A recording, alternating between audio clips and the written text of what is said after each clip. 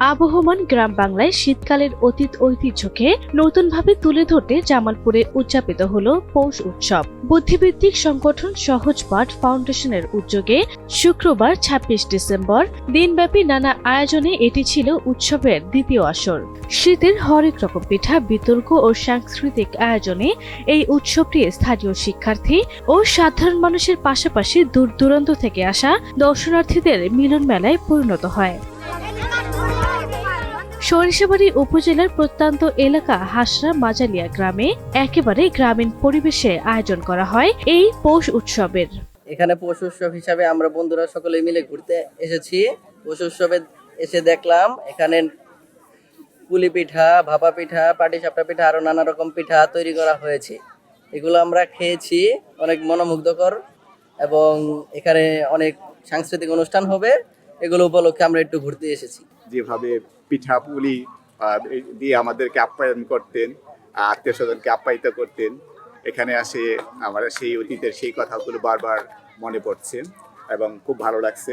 সবচেয়ে মজার ব্যাপার, সকালবেলা এখানে যে রস উৎসবটা ছিল এটা আমার কাছে খুবই আনন্দদায়ক ছিল, কারণ এইভাবে সকালবেলা একদম কুয়াশাচ্ছন্ন একটা পরিবেশে খেজুরের রস খেতে পারবো এইভাবে, এটা আসলে কল্পনার বাইরে। আমার এইভাবে সৌভাগ্য হয় নাই, এই ফার্স্ট আমি এইভাবে খেলাম।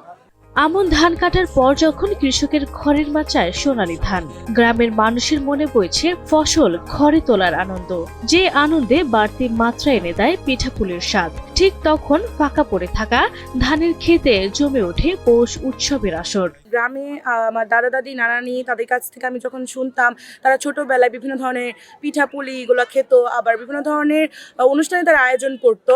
তো আজকের এই পৌষ মেলার যে আয়োজনটা করা হয়েছে, তো এখানে এসে আমি সেই অনুভূতিটা পাচ্ছি। তারা যেভাবে বলেছিল পিঠার কথা, তারপরে হচ্ছে তারা যেভাবে অনুষ্ঠানগুলো আর কি আয়োজন করতো আর যেভাবে তারা উদযাপন করতো, সেই জিনিসগুলো এখানে আর কি মূলত ফুটিয়ে তোলা হয়েছে, যেগুলো এসে আমি খুবই ভালো করে দেখতে পারলাম এখানে এসে।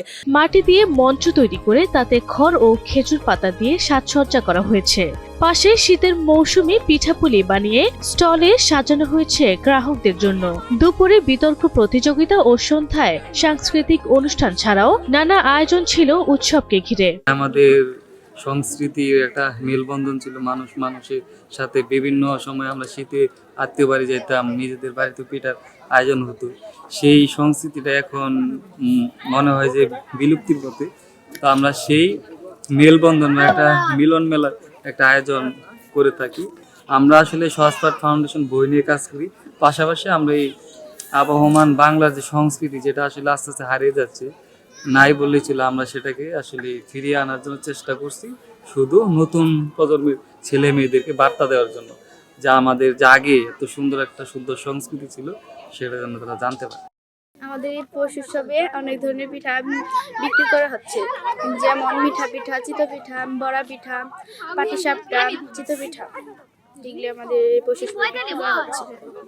আবহমান বাংলার শেকড়ে ফিরতে পৌষ উৎসব ছাড়াও বাংলা সংস্কৃতির ও ঐতিহ্যের নানা অনুষঙ্গ সর্বত্র ছড়িয়ে দিতে এমন আয়োজন আরো প্রয়োজন, এমন মত গ্রামীণ জনপদের মানুষের। যদিও বা কালের বিবর্তনে আস্তে আস্তে আমাদের এই সুন্দর এবং আমাদের প্রাণের যে বিষয়গুলো, সেই পিঠা উৎসব হারিয়ে যাচ্ছে। যদি আমরা দেশের বিভিন্ন স্থানে এ ধরনের উৎসবের আয়োজন করতে পারি এবং পিঠাপুলির উৎসবের আয়োজন করতে পারি, তাহলে আমরা আমাদের সেই পুরাতন সেই সংস্কৃতির আবহমান বাংলার সেই আমাদের স্বপ্নে লালায়িত সেই আবহমান বাংলা আবার ফিরে যেতে পারবো। উৎসবের আয়োজন করেন বিলুপ্তির পথে গ্রামীণ ঐতিহ্য ও সংস্কৃতি নতুন প্রজন্মের তরুণদের মাঝে উপস্থাপনের মধ্য দিয়ে সবার মাঝে মেলবন্ধন তৈরি করার উদ্দেশ্যে এই পৌষ উৎসবের আয়োজন। সহজপাঠ ফাউন্ডেশন বই পড়া নিয়ে কাজ করলেও ঐতিহ্য ধরে রাখতে প্রতি বছরই এমন আয়োজন করা হবে। আরফি ইসলাম হিমু, এনটিভি অনলাইন।